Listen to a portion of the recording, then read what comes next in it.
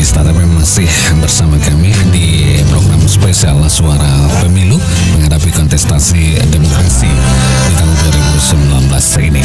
Sahabat Adista TPM, buat Anda yang baru bergabung, salam sayang selalu untuk kamu yang udah stay dari tadi. Terima kasih. Tentunya kami masih mengundang partisipasi Anda atau partisipasi sahabat Adista TPM untuk bisa boleh ya kami berikan bertanya atau saling kenal dengan narasumber kita di studio. Telah hadir dan telah kita lalui pada sesi pertama Pak Muhammad Yusuf Nasution MSI yang hadir di studio untuk menyampaikan program, kemudian motivasi serta apa sebenarnya yang ditawarkan kepada rakyat untuk dalam kontestasi pemilihan ini, apa yang ditawarkan sehingga terhindar kita memilih orang yang tidak dikenal. Maka kenalilah calon legislatifnya, kenalilah calonnya, pelajarilah track recordnya atau rekam jejaknya, kemudian pilihlah yang terbaik agar dapat menjalankan amanah itu selama 5 tahun ke depan. Pak Usop Nasution ya Pak Usop ya. Jadi begini, saya sampaikan ini bukan doa saja yang diralat, tapi tak pun nafsu diralat di Bapak Serah. Iya. Yang pertama, kalau di keluarga, ya, saya bermarga Nasution. Ya. Tetapi mungkin kesalahan waktu sekolah dulu. Ya. Jadi nama saya dibuat di ijazah itu sampai sekarang pun jadi itu nama saya. Jadi nama saya Dr. Andus M. Yusuf MSI. Karena dulu Dr. Andusnya S1, MSI-nya S2. Jadi digabunglah Dr. Andus M. Yusuf MSI. Karena begini Pak Paslah, di caleg kami provinsi itu nomor 7 namanya Muhammad Yusuf situ. Jadi supaya jangan terjadi, maka saya lihat bedanya cuma satu. Di situ dia memakai Muhammad Yusuf, saya hanya pakai M. Yusuf. Itu dari Pak Paslah. Lebih jelas dia M. Yusuf. Itu aja MSI. MSI. Dr. Andus M. Yusuf MSI. Tapi yang sebenarnya adalah ini asli Nasutionnya ya. Asli Nasution dari Puncak Sorik Marapi kita. Sorik Marapi ya, asli ya. Oke, tapi yang jelas kan lebih utama dong. Kalau misalnya masyarakat itu mengenal gitu ya sosok seorang Bapak M. Yusuf, apa sebenarnya bukan keistimewaan barangkali ya, apa yang beda seorang M. Yusuf Nasution ini, MS ini dengan M. Yusuf yang lain atau dengan caleg yang lain gitu? Apa bedanya dengan Pak Usop? Saya merasa begini, Pak Paslah. Saya ini kan tinggal saya di Penyabukan di Pak Paslah. Penyabukan ya. Otomatis masyarakat Madinah itu dekat dengan saya. Itu bedanya ya. Itu bedanya. Mereka dekat dengan saya dan saya tahu apa kebutuhan mereka di dalam pembangunan ini. Dan mereka tahu karakter Pak Usop. Dan mereka rata-rata tahu karakter saya. Karena saya di sini mulai berkiprah itu sejak Madinah ini dimekarkan dari Tablis Selatan. Kita diresmikan tanggal 11 Maret 99 dulu sampai hari ini. Saya sudah hafal betul dengan karakter kita orang Mandailing ini. Apa sebenarnya yang diinginkan mereka? Apa yang diinginkan mereka dan tahu mereka apa yang kemampuan atau apa kita gitu ya. Makanya saya bilang tadi, seharusnya pemerintah itu mengikuti keinginan masyarakat. Jangan keinginan dia diikuti masyarakat, salah itu. Iya. Kenapa? Kalau kita bertentangan keinginan antara masyarakat dengan pemerintah, akhirnya kacau dia. Tapi kalau kita ikutkan keinginan masyarakat, misalnya mereka, kami sebetulnya ada di kampung kami, produk kami ini, macam mana supaya ini bisa diproduk, direkayasa menjadi supaya lebih tinggi nilainya. Contohnya kita ambillah dulu gula aren lah dulu. Gula aren itu kalau dibentuk aja Pak Pasar seperti sandaria kalau tradisional ibul soni. Bulat. Bul. Dan 18.000 sekilo ya. Tetapi kita rekayasa menjadi gula semut. Berapa harganya? Oh iya, mantap. Mantap ya. Inilah ya seharusnya pemerintah itu memberikan alat untuk bisa membuat gula semut. Nanti kalau Pak Usop jadi DPR, ini yang didorong terus sama dinasnya gitu ya. Saya bukan saja gula semut Pak Paslah, semuanya nambangkan. Mungkin Pak Paslah masih ingat waktu kita juara 1 TTG di Simalungun dulu. Teknologi tepat guna. Yang ditawarkan oleh PMD saat itu adalah ubi yang beratnya 60 kilo. Ingat lagi Pak Paslah kan? Itu kan sangat potensial dikembangkan di Madinah ini. Kemudian Ini kan ubi nih Pak Pasrah, biar tahu Pak Pasrah. Ini kebutuhannya sangat tinggi di kita di Indonesia nih, bukan Sumatera Utara. Indo Mimi itu, Mimi itu semua dari ubi. Nah, sekarang kan lokasi untuk penanaman ubi untuk Sumatera Utara sudah semakin habis. Sementara di Madinah masih potensi itu. Itu yang tahu Pak Usop. Bukan banyak. Yang lain yang menjadi prioritas yang betul-betul dibutuhkan oleh masyarakat Mandailing Natal ini setelah Pak Usop nanti menjadi seorang anggota DPR provinsi misalnya dapat menggagas atau dapat memperjuangkan bagaimana program-program kebutuhan masyarakat Mandailing Natal. Jadi begini Pak Pasrah, semua sektor itu kan membutuhkan lapangan kerja ini. Gitu. Contohnya kita ambil ikan. Kita bentuk sini kelompok tani ikan, kita bentuk kelompok tani hortikultura, kelompok tani ini, agar dasar kita untuk menyarukan bantuan itu ada. Ada gitu ya. Nah, contohnya kita ambil, kalau mungkin Pak Pasrah makan keporang itu, nggak bertanya, karena enaknya gulenya kan. Ikannya seharusnya Pak Pasrah tanya, ikannya dari mana? Ikannya dari mana? Pasti dia jawab dari perapat. Dari perapat. Nah, jawabannya begini, dia ugulenaon, alah ulang dokon dah, perapat ungulena, anggona panggang dongon rao. Jadi dari marinya itu yang mana? Yang cuma konsumen aja gitu ya. Konsumen kita aja, produsennya nggak pernah kita. Jadi air, kalau Pak Pasrah itu pernah melihat air, lebih kuatnya air itu di Madinah ini daripada di Rau. Kenapa ikan kita nggak ada? Kan malu kita. Inilah yang perlu menjadi prioritas kita nanti, sektor perikanan, sektor peternakan, lembu. Kita nyata aja lah, lembu yang ada di data statistik itu bohong gitu. Dibuat-buatkan pertanian itu. Biar tahu Pak Pasrah sedikit dulu kita. Itu Pak Pasrah sebagai calon DPRD Kabupaten itu harus tahu itu dan harus menyampaikan ini kepada pemerintah dulu. Data itu tidak pas. Contohnya nanti kita mau raya nanti, coba suruh dinas pertanian mencari lembu dulu. Sibuk cari lembu kerau dia. Lembu yang ratusan ribu yang di data statistik itu mana? Jadi Pak Pasrah, saya harapkan nanti ini menjadi tugas utama Pak Pasrah apabila terpilih. Baik. Kemudian kebijakannya seperti apa? Misalnya tadi sektor kebutuhan rakyatnya sudah dipahami, kemudian sudah tahu betul bahwa Pak Usop nanti menjadilah seorang anggota DPR itu. Kebijakannya seperti apa yang ditawarkan oleh Pak Usop nanti kepada pemerintah provinsi atau pemerintah kabupaten agar terwujud program-program tadi gitu. Baik, terima kasih. Kalau masalah kebijakannya ini saya pikir kalau kabupaten itu nggak gawe saya lagi tuh nanti. Itu gawenya Pak Pasrah itu. Tapi kalau untuk provinsi nanti apa kebijakannya? Saya pikir ini namanya pemerintah provinsi kita saat sekarang ini kan sangat-sangat merakyat. Saya pikir kebijakannya satu. Era Mas ini ya. Era Mas ini. Jadi saya pikir ketepatan saya dulu adalah tim pemenangan Era Mas Madinah ini. Jadi saya pikir kalau insya Allah saya duduk di provinsi, kebijakan cuma satu.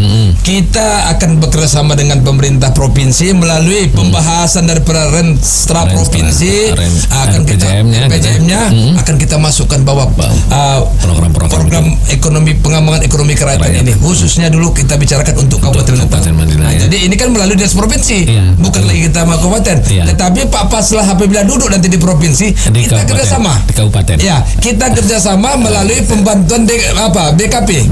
Dulu dana bantuan daerah provinsi BKP namanya. Itu melalui DPRD bisa dilaksanakan melalui DPRD kabupaten bekerja sama dengan DPRD provinsi, baru kami bicarakan dengan Gubernur Sumatera Utara. Jadi Pak Pasrah juga berperan besar, kami juga dari provinsi berperan besar. Ada kerjasama yang baik dalam rangka menuangkan program ekonomi kerakyatan ini.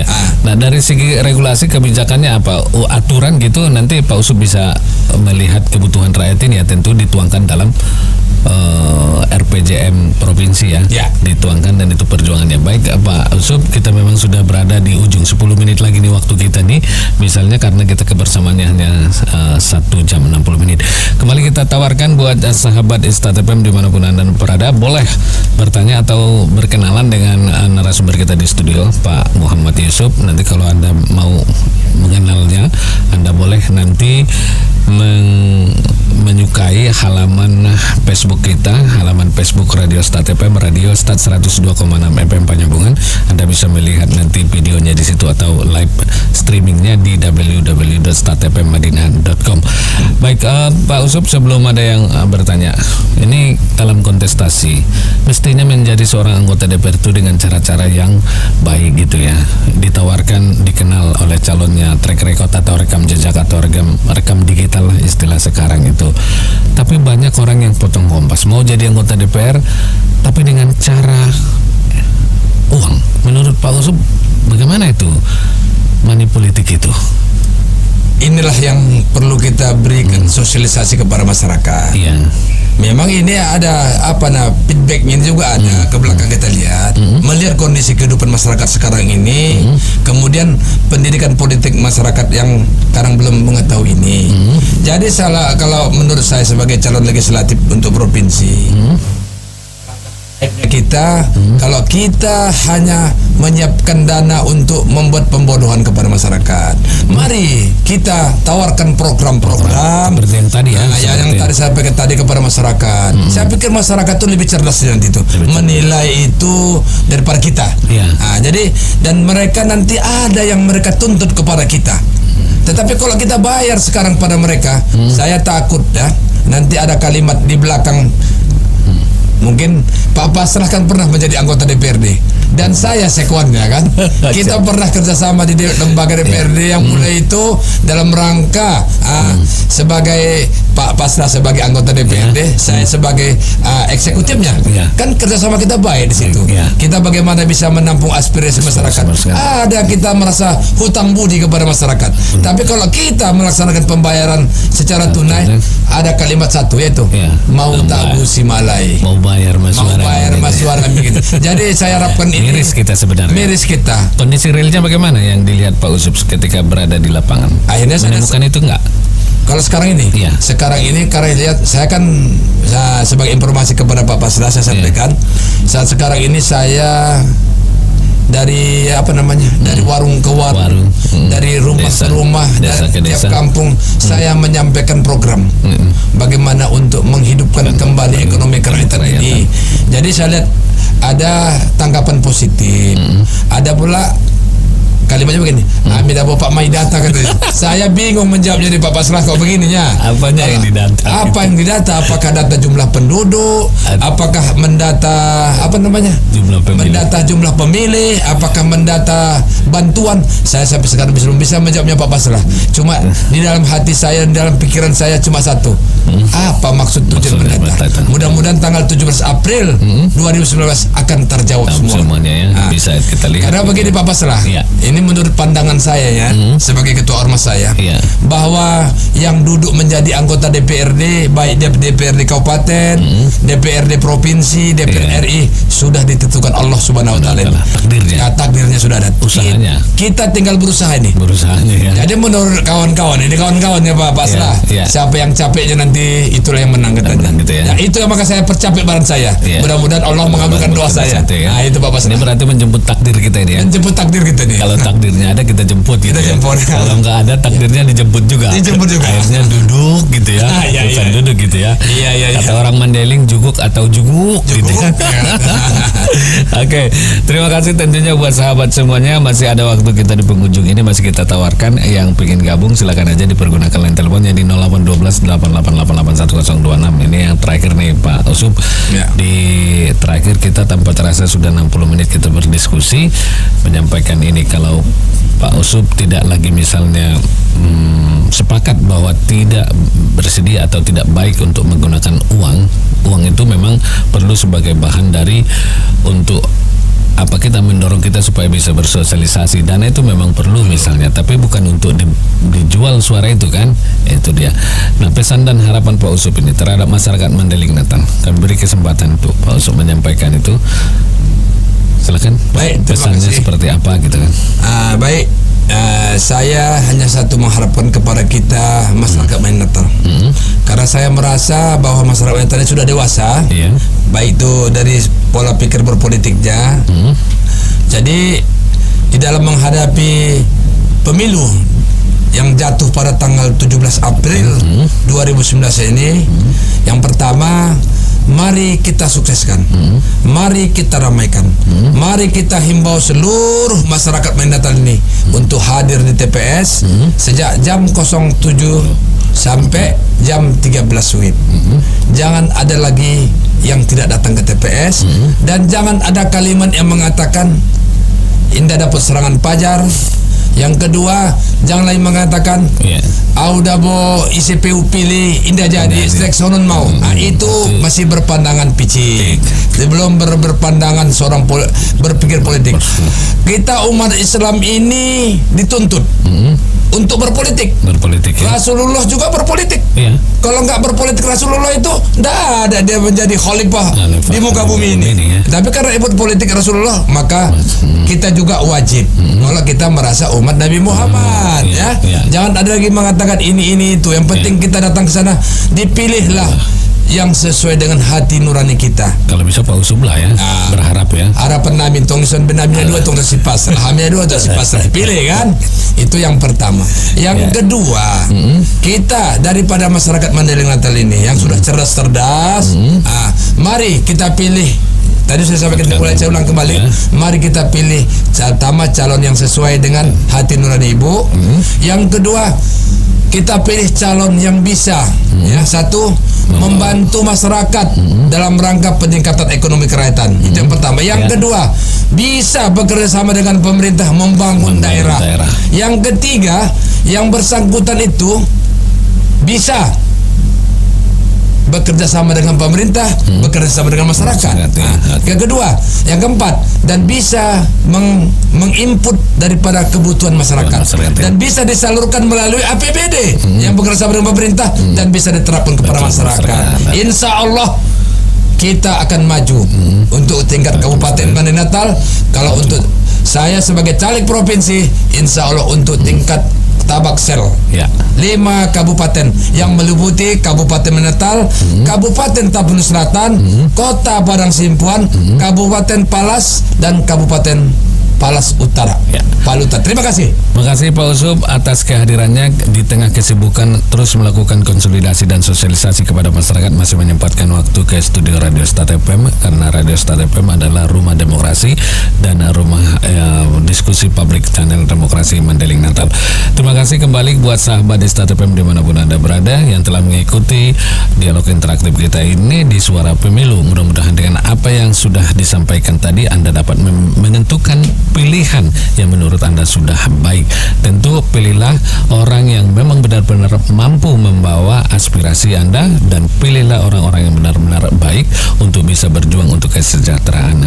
Lihat rekam jejaknya, lihat orangnya, lihat integritasnya, sehingga kita dapat mewujudkan perwakilan kita di DPRD nanti di provinsi menjadi DPR yang berintegritas, memiliki tanggung jawab dan akuntabilitas publik yang bisa membawa amanah.